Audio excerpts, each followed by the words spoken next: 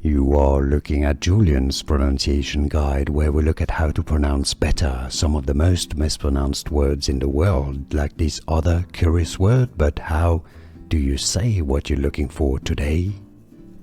We are looking at how to pronounce these names and more confusing names from A Court of Thorns and Roses.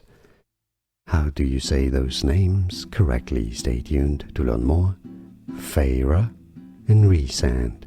Feyre and Rhysand. It's really easy once you know. I know the spelling is confusing, but Feyre and Rhysand.